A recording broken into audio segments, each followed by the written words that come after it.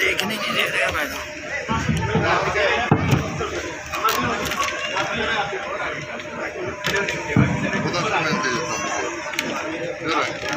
ماشاءاللہ جی، جزاک اللہ۔ یہ انتہائی خوش قسمتی کا مقام ہے۔ والدین کو خراج تحسین پیش کرتے ہیں کہ اللہ پاک نے ان کو یہ رتبہ نصیب فرمایا کہ ان کے بچوں نے قرآن پاک کو اپنے سینوں میں محفوظ فرمایا۔ حضرات محترم، قرآن کی یہ شان ہے کہ تلاوت قرآن کرنے والا جنت میں لے جانے والا عمل ہے۔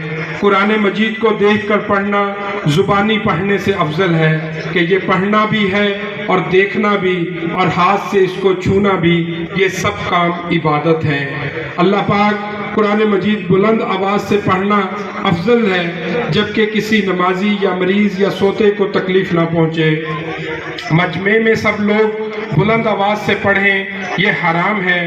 اکثر محافل میں سب مل کر بلند آواز سے پڑھتے ہیں، یہ حرام ہے۔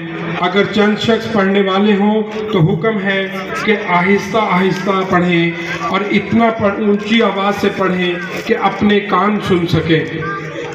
بازاروں میں اور جہاں لوگ کام میں مشغول ہوں بلند آواز سے پڑھنا ناجائز ہے۔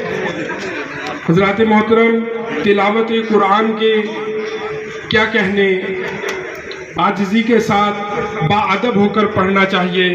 تلاوت کے آغاز میں تسمیہ اور تعوذ پڑھنا چاہیے۔ قرآن پاک کو ٹھہر ٹھہر کر پڑھنا چاہیے اور